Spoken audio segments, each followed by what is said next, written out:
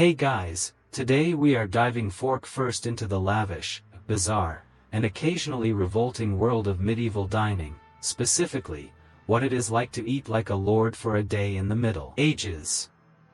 You will rise to servants tugging open wooden shutters, feast beneath tapestries of saints and sinners, and swallow more animal organs than you can name. You will also drink a heroic amount of ale before noon, learn the horrifying truth about medieval jelly, and try not to gag on a sugar-coated hedgehog. Yes, really. But be warned, this was no TikTok food tour. Life in a castle meant prestige, but also questionable hygiene, teeth-rotting confections, and etiquette so complicated you might just starve before figuring out which knife not to use. You probably won't survive this, but you will remember it. So, before you get comfortable, take a moment to like the video and subscribe, but only if you genuinely enjoy what I do here. You wake in a canopied bed stiff with wool and drafty air, your chamber smelling faintly of rushes, chamber pots, and beeswax. It is the 14th century, and you are a minor English lord in a minor castle, important enough to eat well, not important enough to have plumbing. The stone walls sweat moisture. Your mattress, stuffed with straw and maybe a mouse or two, creaks beneath your limbs. A servant enters quietly, eyes averted, bearing your morning wash water. It is tepid and smells like someone stored a trout in it overnight. You plunge your hands and face into the bowl anyway. There is no soap, but a sprig of rosemary floats on top like a holy talisman, clean enough. You are helped into your tunic, dyed madder red, which says wealthy, but not royal. You buckle on a belt studded with brass, strap a dagger at your hip, everyone wears one. It is both eating utensil and status symbol, and shuffle off your wooden shoes as you head toward the hall barefoot. Along the corridor, you pass stone walls draped in faded tapestries. One shows St. George stabbing a dragon, another features deer fleeing a hunt, stitched mid-leap. A dog the size of a small horse trots past you without a glance. Below stairs, the kitchens are already roaring. You hear cleavers against bone, the splash of water from the castle well, and a woman yelling about spoiled mead, a phrase that sounds both dangerous and delicious. Breakfast, or morgen meat, is not served in your room, it is a social act, a signal that your household is alive and governing. And it starts early. The main hall, still chilly from the night, is filling with light from high, narrow windows.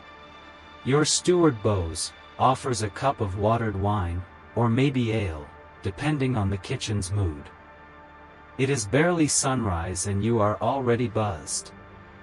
Historians still argue whether lords truly bathed daily or simply dabbed themselves with perfumed cloths, but today you are cleanish, perfumed, and hungry. You sit at a long oak table, hands scrubbed, dagger polished, and gut already rumbling. Breakfast will be modest compared to what is coming. But before the first course even arrives, a priest says grace in Latin. You do not understand much, but you nod solemnly, because that is what lords do. And then, finally, your day of medieval gluttony begins, not with pancakes or eggs, but with meat pies, pickled fish, and a kind of fermented oat mash that smells like warm beer and regret. Fun side note, some lords in France were said to break their fast with spiced wine and small birds wrapped in bacon. Others allegedly ate dried fruit stewed in almond milk, one of the earliest recorded uses of what we would now call plant-based dairy. Fancy. But for you, a goblet of mead is already being refilled, and a squire whispers that the cook is testing a new sausage recipe. You have made it out of bed. You are bathed, dressed, and only slightly drunk. Now, it is time to break your fast like a man who owns 4 pigs and a moat. The table creaks as the morning spread lands before you, less breakfast in the modern sense, more early medieval meat fest. There is no cereal. No eggs Benedict. Instead, hunks of dark rye bread, salted venison, thick porridge sweetened with honey and dried plums, and hard cheese that could probably deflect arrows. And ale. Always ale. You take a swig, it is room temperature, mildly sour, and stronger than you would expect for 9 a.m. There are no forks. Not because they are being polished, but because the fork has not really caught on yet. You eat with your hands, your dagger, and occasionally a spoon carved from bone or wood. Bread doubles as a napkin. You tear chunks from your loaf to soak up the grease, wipe your fingers, and then toss the sodden remains to the floor, where the castle dogs loiter like professional clean-up crews. Your steward stands nearby, reciting the day's agenda, which includes hearing tenant complaints, overseeing grain storage, and attending a hunting party later. You nod. Mouth full of barley sausage, and pretend you remember which tenant is which. In the corner, a minstrel's apprentice tunes a lute. It is early, but ambience matters. You glance around the table. Your household knights eat heartily, grumbling about the weather and gossiping about a nearby baron who allegedly bought his wife a Spanish orange. An actual orange. In England. This is the medieval version of diamond-level flexing. Today's meal includes morning broth, a thick meat-based stew with herbs, onions, and whatever else the cook could spare. It is hearty and warming, even if it leaves a strange film on your teeth. A servant ladles it into your bowl and you eat slowly, savoring the richness. Historians still argue whether breakfast was standard across all noble courts or more of an ad hoc luxury. In your house, it is serious business. One bowl down and you are already slowing. But the cook's not finished. He has been experimenting again. He sends up a fritter. Deep-fried batter stuffed with chopped pork and sage, drizzled with vinegar. It smells divine. You pop it into your mouth, immediately burn your tongue, and smile through the pain. A small dish of preserved pears follows, soaked in spiced wine and dusted with cinnamon. Exotic, expensive, and delicious. Spices like these are not just for taste, they are flexes of power. A sprinkle of cloves or nutmeg in a meal says I have connections in Venice. Which, in the Middle Ages, is basically like owning a Tesla in a village with no roads. But the best part of the meal might just be the thick, hot oatcake topped with curd cheese and a dab of goose fat. It melts in your mouth in the weirdest, most delightful way. You consider asking for another, but nobles do not ask for seconds. They raise an eyebrow until someone notices. Quirky fact, some noblemen believe that eating garlic in the morning could ward off illness and evil thoughts. You just enjoy the burn. You sip your ale, pop a final slice of salted pork into your mouth, and burp, quietly. No one blinks. This is the Middle Ages. Manners exist, but digestion trumps decorum. With breakfast over, your steward motions for you to rise. There is a feast being prepared downstairs, and you will need to dress for the occasion. You stretch, loosen your belt, and already regret everything. But duty calls, and a full stomach is no excuse. You head off, meat sweating slightly, toward the next, and far grander, meal. The castle buzzes like a beehive as the midday meal approaches. This is not just food, it is performance, politics, and pageantry. You have changed into finer garments. Velvet-trimmed surcoat, a fresh linen chemise, and hose tight enough to remind you of your mortality. Your dagger's been polished, and a small gold brooch pinned to your chest reminds guests who is paying for the peacock. The great hall glows with firelight and the shimmer of silverware, none of which is meant for you. The fancy stuff is just for display. You sit at the high table, elevated above your guests like a monarch in miniature, flanked by your most important retainers. The long rows of benches below teem with lesser knights, squires, and maybe that cousin who never leaves. Before you eat, you wash again. This time with scented water poured over your hands from a bronze ewer by a page boy who looks terrified he will spill it. You nod magnanimously. Nobles must radiate both power and politeness. Then the first course is announced with trumpet and flourish.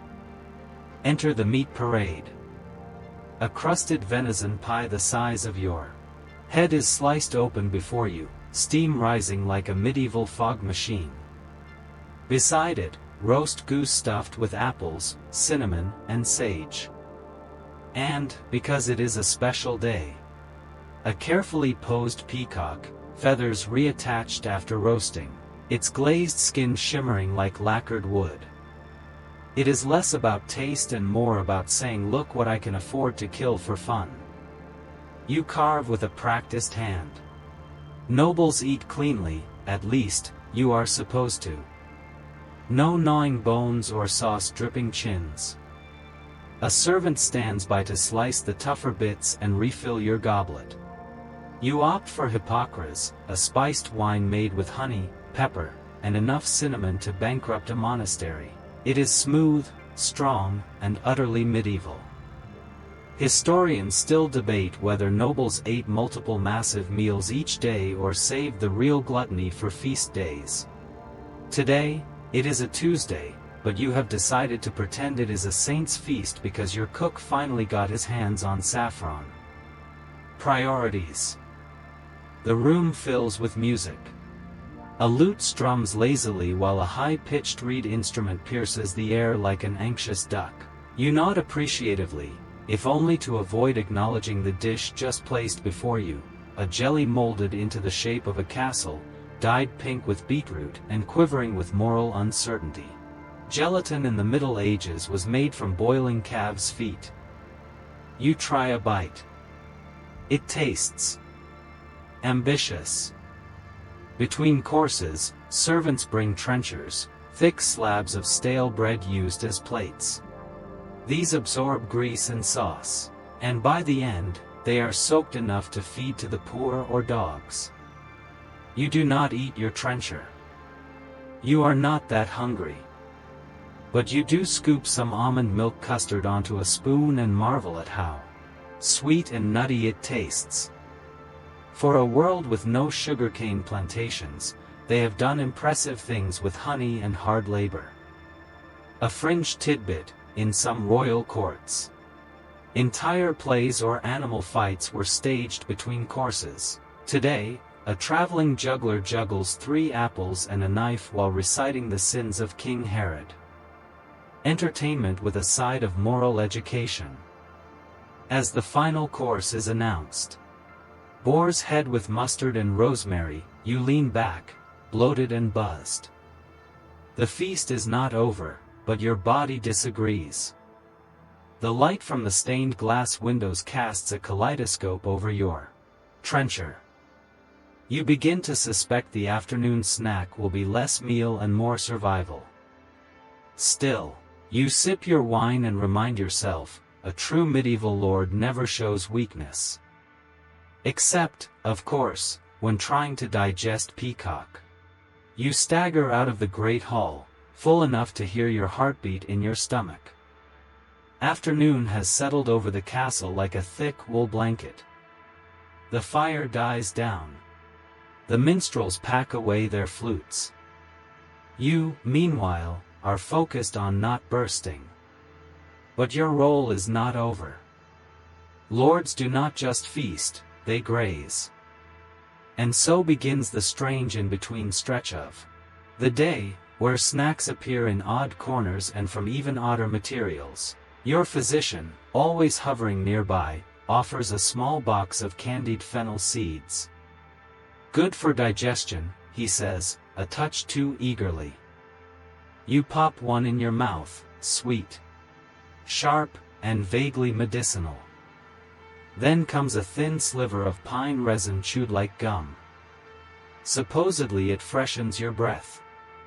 In reality, it tastes like licking a Christmas tree. Down in the solar, a kind of noble lounge, you collapse onto a cushion and a servant arrives with a plate of strange treats. Marzipan figures shaped like animals, dried cherries soaked in spiced wine, and a sticky square of marchpane. It is a prototype of the modern dessert, a crumbly almond sugar brick that is half candy, half masonry. You try it, chip a molar, and nod politely. A passing noblewoman offers a medieval sweet called a dragée, basically a sugar-coated spice ball, often hiding peppercorns or anise. They are like medieval tic-tacs, if tic-tacs were weaponized. You pretend to enjoy it. Everyone does. Quirky fact, some sweets were made to resemble real animals or scenes from the Bible.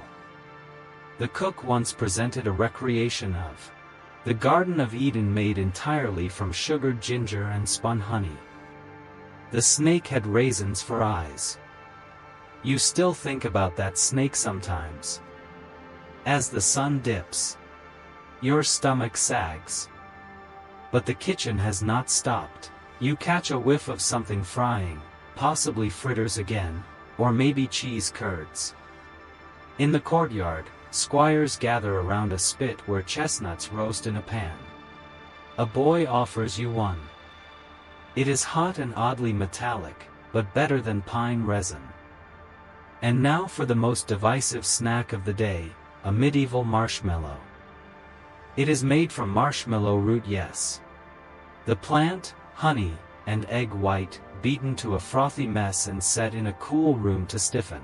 The texture is confusing. Half foam, half regret. Historians still argue whether this treat was common or rare, a noble indulgence or a medicinal concoction. Either way, it is chewy, vaguely sweet, and probably not worth the bloating. Someone passes around a flagon of cider. You sip. It is sharp, dry, and far more refreshing than ale. A page boy offers a slab of cold pork jelly. You decline. Even in the Middle Ages, everyone has limits. And just when you think it is safe to nap, a bell rings from the kitchen tower. Supper is being prepared. The final meal. The closing act. You sigh. Loosen your belt another notch, and mentally prepare for more trenchers, more stewed roots, and a very real chance of exploding. Still, as you wobble toward the dining hall, a candied hazelnut in one hand and a clay cup of warm milk in the other, you can't help but smile. You are a medieval lord. Your dental hygiene is non-existent, your digestion is heroic, and your calorie intake could fuel a small village. But hey, at least you are not eating squirrel like the peasants. The hall is darker now, lit by flickering rushlights and smoky torches that make the air taste like bacon and candle wax. Supper is not as grand as the midday feast. But do not let that fool you, it is still a marathon, not a sprint. You sit once more at the high table, your back straight, belt discreetly loosened beneath your tunic. The servants file in with trays bearing trenchers, these ones fresher, softer, probably made just today. That is how you know it is serious. The first course, pottage. A thick, bubbling stew of leeks, barley, and bits of mutton, served so hot it threatens the roof of your mouth. You sip cautiously. It is earthy, nourishing, and tastes like everything your cook could find in the garden and not identify by name. Then comes lamprey pie. Yes, the eel-like fish that looks like something a dragon coughed up. It is considered a delicacy. The crust is golden, the filling spiced with cloves and saffron, and the overall vibe is seafood custard in a meat crust. You eat 2 bites and declare it excellent. Because you are not a coward, but also not a masochist. Your fellow diners tuck in, chatting about the day's falconry, the bishop's latest scandal, and who brought moldy pears to the last feast. One knight recounts a time he ate swan so tender he wept. You have had swan. It tastes like duck with an ego problem. Supper tends to be lighter, or at least less performative. A platter of roasted root vegetables makes the rounds. Alongside hard cheese, baked apples, and a bowl of something called salad, a rare raw salad of bitter greens, onions, and oil, probably added just to keep your scurvy at bay. You stab a leaf, chew thoughtfully, and immediately chase it with bread soaked in gravy, balance. Tossed to the hounds. Tonight, yours are stacked discreetly in a corner, awaiting their fate.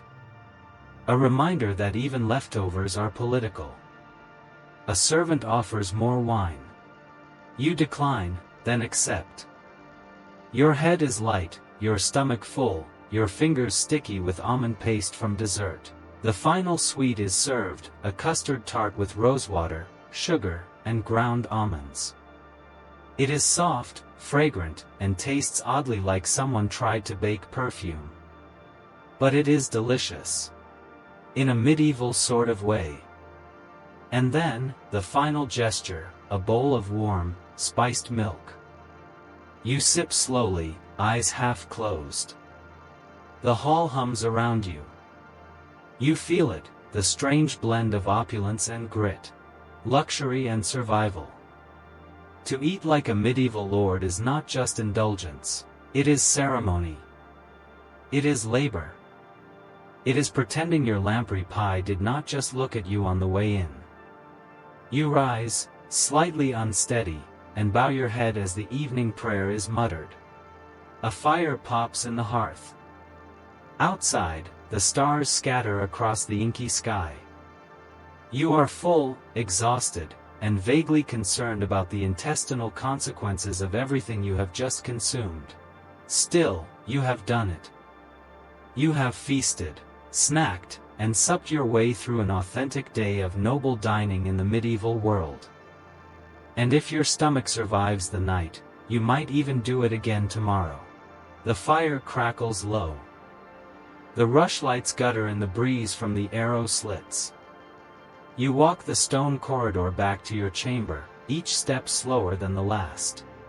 Your body hums with warmth, wine, and the sheer weight of the day's eating. As you collapse into your coarse linen sheets, belly full and head light, you marvel at how grand and how gritty this life is. Tomorrow may bring falcons, taxes, or war. But for now, there is only the silence of a full belly and the slow, steady breath of sleep.